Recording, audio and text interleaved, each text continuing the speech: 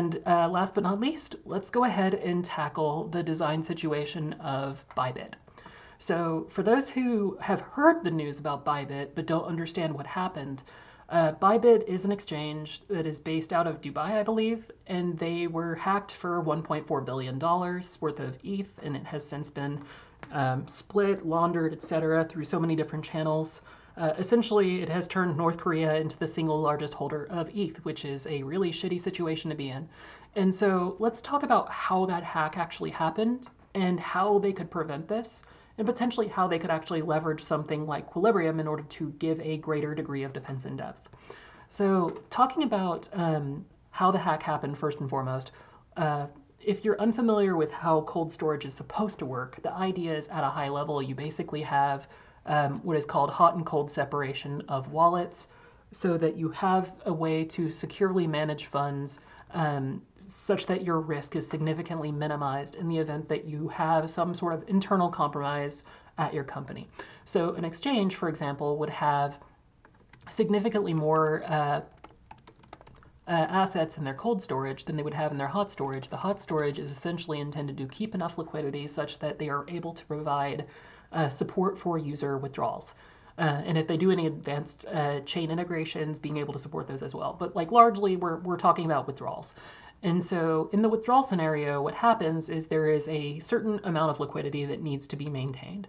And so when you have a lot of different crypto assets, generally you tend to keep kind of like a running average of what the withdrawal rate is, what the deposit rate is, such that you're able to manage the funds so that you kind of keep your hot wallets essentially balanced. So you want to maintain some sort of threshold, and that threshold is basically your tolerance of what you're willing to accept or at least insure against in the event of a hack. So for example, like I'm just spitballing numbers. This is probably not what they were actually setting. Whatever they had set is probably an agreement they have maintained with whoever does the insurance for their hot storage. Generally, exchanges will get insurance for hot storage and won't get insurance for cold storage, because cold storage is intended to be, well, cold and untouchable and very safely guarded. So let's talk about what's supposed to happen with that. So the hot storage, let's say that they have a limit. Like they have an insurance limit. They will cover up to, like the insurance company will cover up to $10 million in the event of a hack. And they have some degree of like leeway that they're allowed to step over for wallet balances, because simply movements happen so fast in this industry, and sometimes the values of these cryptocurrencies also fluctuate very sharply. And you need to smooth around that, or otherwise you're going to be constantly having to do movements. And so what tends to happen is you'll have a mix of assets. Like we'll say this is ETH, we'll say that this is Sol, we'll say that this is Bitcoin, and so on.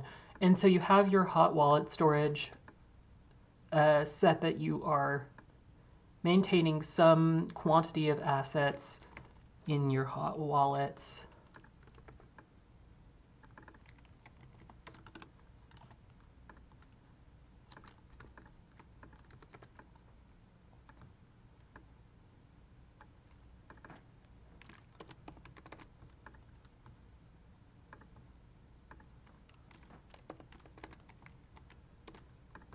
Okay, so when you have cold storage operations happening, generally they'll use some word for it. Like some will call it sweeps and restores, some will call it deposits and withdrawals, like they would with actual customer interactions with their hot storage. It just depends. It's whatever convention they use is going to be potentially unique to them, but for the sake of keeping things consistent for the language I'm going to be using here, we'll just call it sweeps and restores. So when you are sweeping something to cold storage, that's very simple. The hot storage has essentially these collection of keys. They live in some place that is connected to their services such that they can invoke an API call. It will construct that transaction and broadcast it on-chain to send that particular set of funds to cold storage. And what you end up doing typically as a custodian is you'll have a collection of cold storage addresses that are associated with the particular target assets that you're wanting to manage. How each company does it is a little bit different. Here's what Bybit basically did.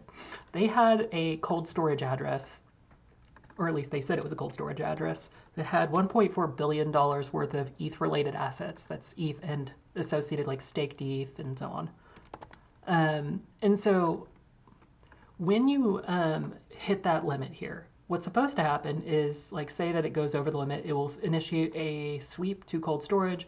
There's a given set of public addresses that are known in that for the cold storage wallet targets, and it will create that transaction and send the funds over. So far, so good.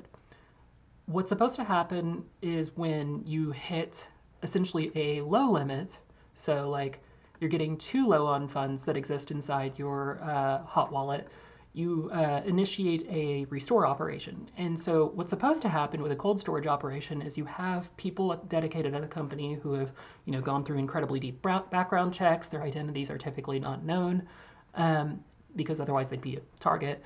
And they will perform whatever operations are necessary to restore the cold storage funds such that it is sent over to the hot storage wallets. Here's a couple of things that I could immediately pick up from the details of what they were giving in the call about what they've been doing wrong. So, and keep in mind, I also previously worked at Coinbase where I was one of the people maintaining cold storage. I very intimately know how cold storage should be done. And so it was very quick attenuation from me to have my eyebrows perk up when I heard what they were doing. So here's what happened first, and the first thing that went wrong. When you look at the cold storage operations that they had, first and foremost, the wallet was not cold. Like, just flat out, the wallet was not cold. It was a smart contract wallet called Gnosis Safe. And don't get me wrong, Gnosis Safe is a great product, and used responsibly for managing smaller quantities of funds, it's perfectly reasonable to use. Like your risk tolerance level for a hot wallet, for example, Gnosis would be great for that. But for cold storage, you're immediately having two conditions that should be never done in a cold storage scenario. The first is the keys that interact with it are repeated, like you keep using the same keys. So, for example, these signers, the way they were using Gnosis Safe as cold storage is whenever they needed to do a restore operation, they were proposing a new transaction such that it would move funds from the cold storage wallet on Gnosis Safe to the hot storage wallets. And when they did that transaction proposal, then they would have their individual key holders that were holding, I believe they said it was ledgers. So those like hardware wallets that are kind of sketch. They were holding ledgers and would then do the signature for the multi-sig Gnosis Safe wallet, such that once the quorum of signatures was met, the transaction would be considered approved and it would meet the criteria for the smart contract wallet in order to move the funds from cold storage to hot storage. So that's problem number one. The key is constantly being reused for the same asset. One of the core principles of cold storage is that the moment that a key that manages funds is exposed in any way, whether it's a signature, whether it's actually like importing the private key and using it on a hot system, whatever operation you're doing, the moment you expose that key to the public internet in a non-air-gapped environment, you have made that key hot. And so when you are using Gnosis Safe to manage cold storage, you're effectively always dealing with hot keys. There is no cold key. And so that was problem number one. Problem number two, the nature of cold storage should be, in order to accommodate for that kind of degree of separation that should occur, should never have $1.4 billion in a single address. And so the way that proper cold storage should be done should be that you are actually splitting those funds out to reasonable bars. And what is reasonable is going to be contingent on the operations of your given exchange, but tends to be chunked into a given set of sizes. So like, let's say that you're, for example, like let's say that you are insured up to $10 million for a collection of addresses such that you have like maybe about $200 million in insurance coverage. You would want to basically be such that your addresses in cold storage are maximally, which of course values will fluctuate, so you have to accommodate for that, but essentially those cold storage addresses are bounded to a rough number. Like typically you will get like a weekly moving average of the price of an asset, and that will be how you set your boundaries over how many coins get deposited to a given address. but you will split it out into multiple addresses such that when you ever need to do a restore operation because you have gone underneath that boundary, you can safely take one of the cold storage keys that has been filled up and then make it hot, do the restore operation, and now your hot storage is funded back up to whatever acceptable bounds you have set. And it's basically that simple. So to do that, you have to actually have true cold storage operations. So let's revisit what they were trying to do.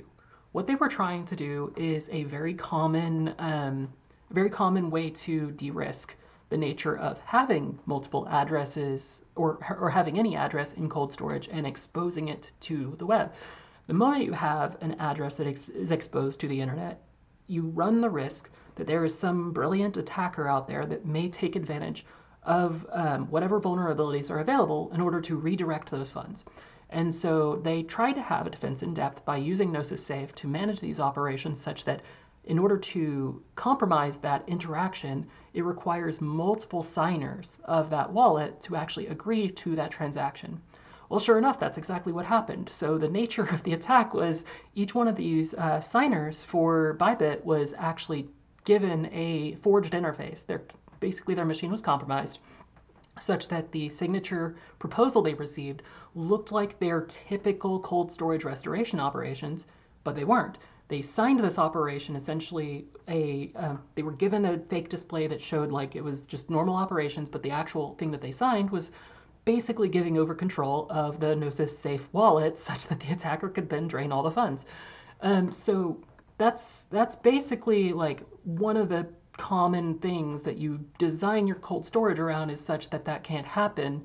And the way you do that is by having it as air-gapped as humanly possible. Like you're not going to have this like ability for things to gently interact on occasion. You don't have developers with their primary work laptops interacting with cold storage funds. Like that's just not how you do it.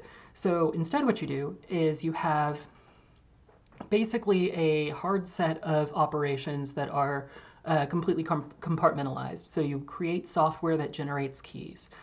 Those keys that are generated using MPC processes that split them out into shards.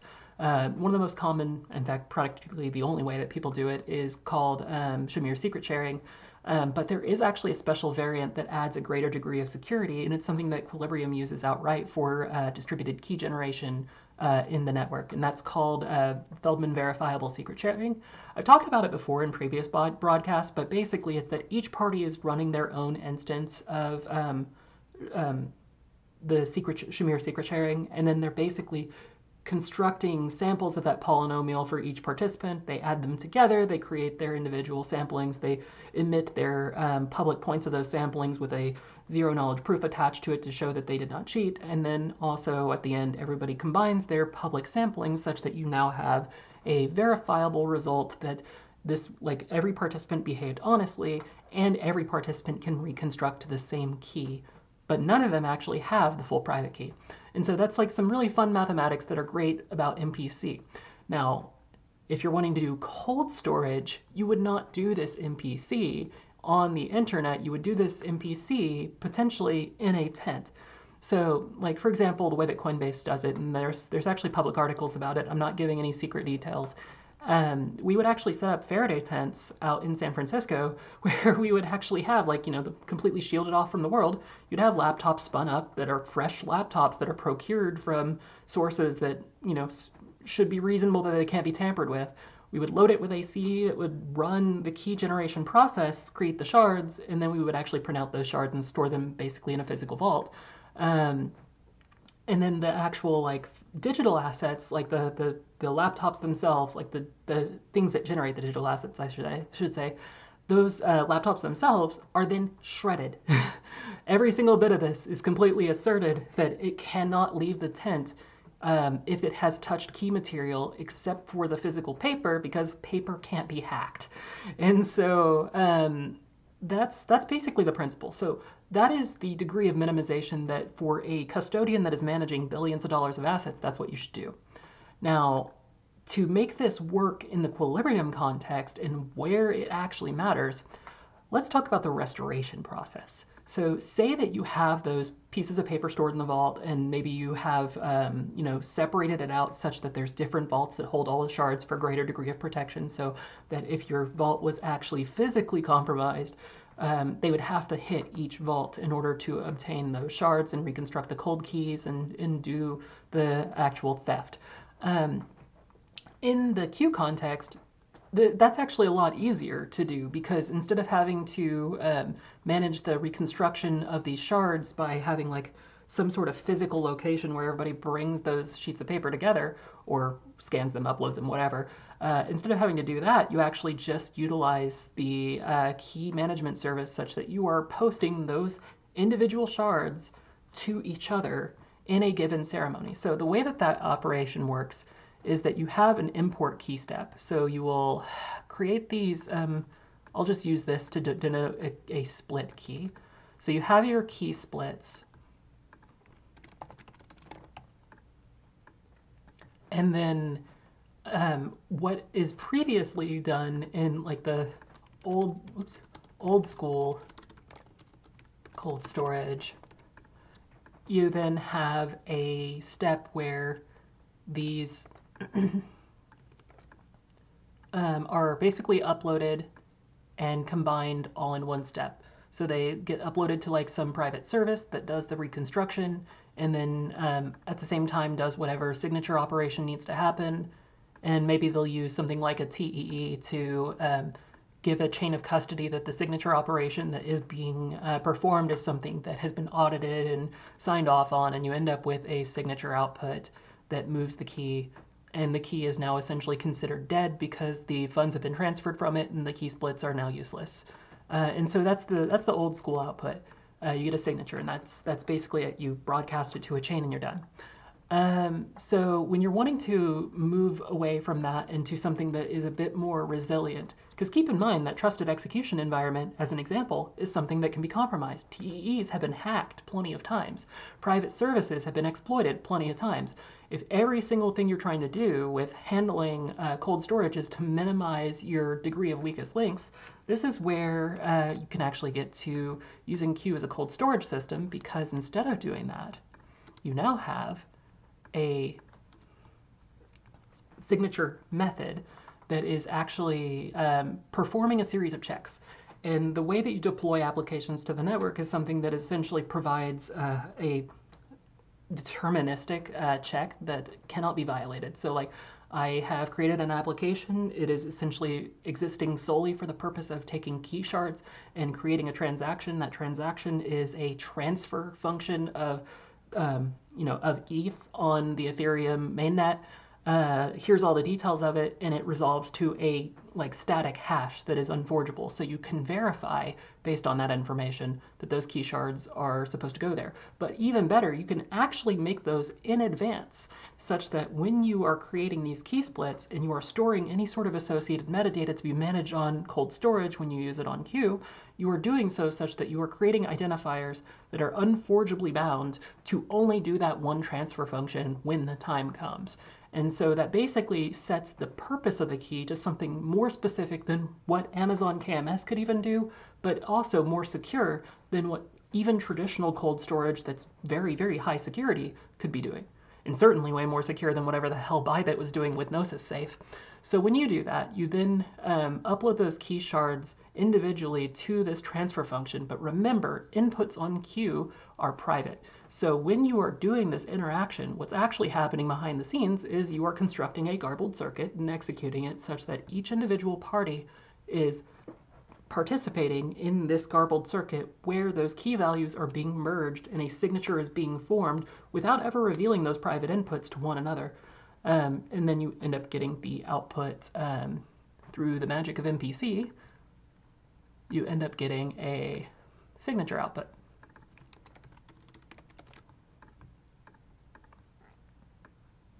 Which means that the only place and time where key material is actually being exposed is now limited to individual locations that are intrinsically bound on purpose of what those keys can even do.